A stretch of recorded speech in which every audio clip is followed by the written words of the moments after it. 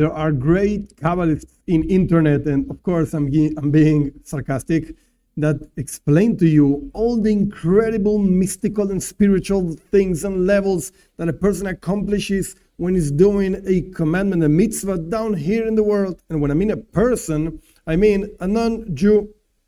What does that mean? They talk about the level of malchus and kingship of God and zo and zay rampant and small faces and everything that happens when actually a person does this and that action. The truth is that it is not truth, it's a lie. It doesn't happen. It doesn't work. And I'm going to explain to you this in two different ways, two different angles, which actually are the same, but it's just two different angles. One angle is a story in the Torah itself. And the second angle is the mystical teachings of Hasidus, the Hasidic movement that are based on Kabbalah, that show you why and how does this actually work. So let's go first, perspective. There's a story in the Torah. In the second book of the Torah, book of Shmot, Parshas Kisisa, in chapter 33, actually the verse 16. The story, you can go read it, but basically the Jewish people did a golden calf, they did idolatry, and God was very angry, etc. Moshe Rabbeinu was praying to God to forgive the Jewish people. And within all this interaction, prayer between God and Moshe Rabbeinu, one of the things that Moshe Rabbeinu says is, how am I going to know that I actually found grace upon your eyes, on your eyes? If it is not by you, God yourself, coming with us from the land of Egypt to the land of Canaan to transform it into the land of Israel. And there's a key word, I'm going to say it in Hebrew, veniflinu. On purpose, I'm not translating, veniflinu, whatever that means. Just a second, I'll explain. Veniflinu. Me, says Moshe, and your people, the Jewish people, from all the other nations in the face of the world. What does this word niflinu means?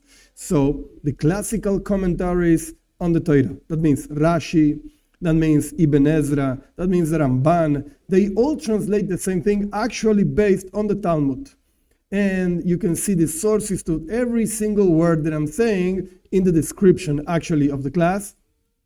The Talmud explains that what Moshe Rabbeinu actually asked God was to be separated from all the rest of the people in the world in one particular aspect, in the aspect of the godly presence residing in the Jewish people and not in the rest of the world. This is something that God not only accepted, but he actually said he accepted. If you look in the story, in chapter 34 of the same book of Shmot, in the same parsha, Parshas Kisisa, actually God concedes this to Moshe, and he says in verse 10, he will make a covenant with us, and part of that covenant is niflois. I will do, people translate wonders, but actually the word niflois is directly related to the word veniflinu. That means that God conceded Moshe Rabbeinu not to put his presence into non-Jews. Now you're going to ask me, wait a second, there were non-Jews that were actually prophets. Like Adam Arishon, the first man, was a prophet, Noach was a prophet, and then Shem, the son of Noach, was a prophet, Eisav was a prophet, to the point that the Torah itself says that when Rivka, the wife of Yitzchak, was pregnant and she was actually suffering, she went to see God, so to speak. That the verse says that. And what does it mean, God? Rashi himself explains he went to see Shem and Eisav, that were prophets on those times. However, that story happened before Moshe Rabbeinu actually asked God to remove his presence from the non-Jews and to keep it just for the Jews. And this is what actually happened. And if you're going to ask me, wait a second, Bilam was a non-Jew and he was a prophet, and this story happened actually later in the story, in the chronicles of the scriptures. And Rashi explains clearly, based on the Talmud also, that Bilam did not receive prophecy just as any other prophet. Rather, he was a non-Jew and he received prophecy through an angel. So there's some kind of relationship? Yes, of course, there is. That's why God actually commanded 7 specific ideas on the non-Jews with all the ramifications they have, things you have to do, things you don't have to do, etc. So there is a relationship, of course. But what I'm saying is that his presence, according to what these commentaries say, this story, the Talmud says, etc., does not reside on non-Jews. So let's go to the second perspective to explain this same thing, but in a deeper level. Why is it actually that this doesn't happen? This relationship, this part of the relationship is not on non-Jews.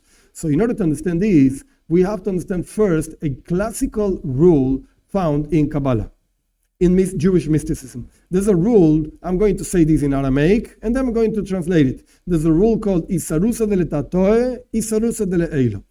An awakening from below, that means something a person actually does, an action in this physical world, generates an awakening above. That means that every single commandment, mitzvah that a person does down here has an effect up there. Why? Because God wants it so.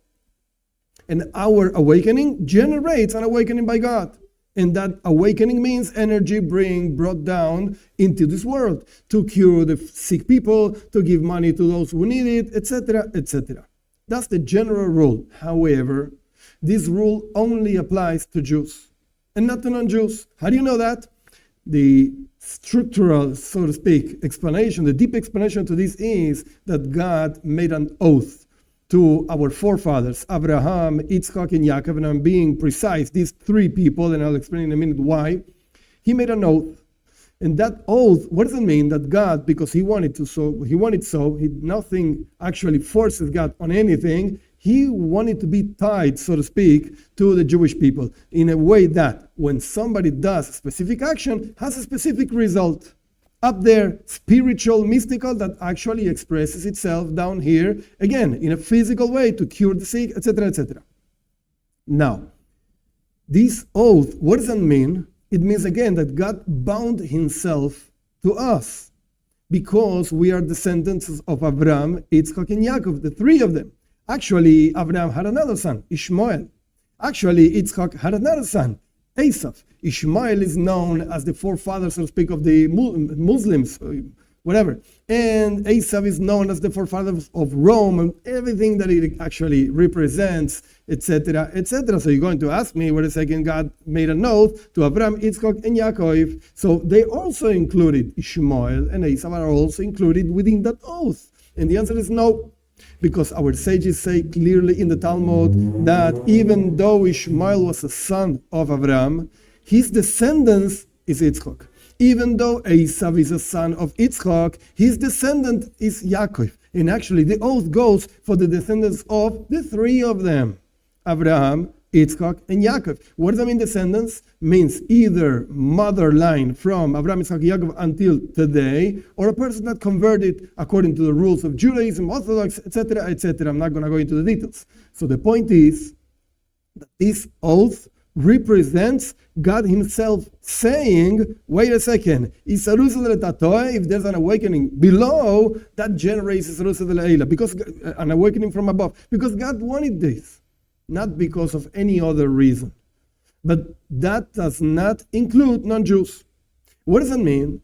That when a non-Jew does something good, it means nothing? No! God forbid. I just explained before. God himself made a commandment, 7 specific commandments for non-Jews, and a commandment means that God is also binding himself into this person, so to speak, to whom he is commanding. And that includes also all the ramifications to do good, do justice, righteousness in the world, etc., etc. That's fine. That's good.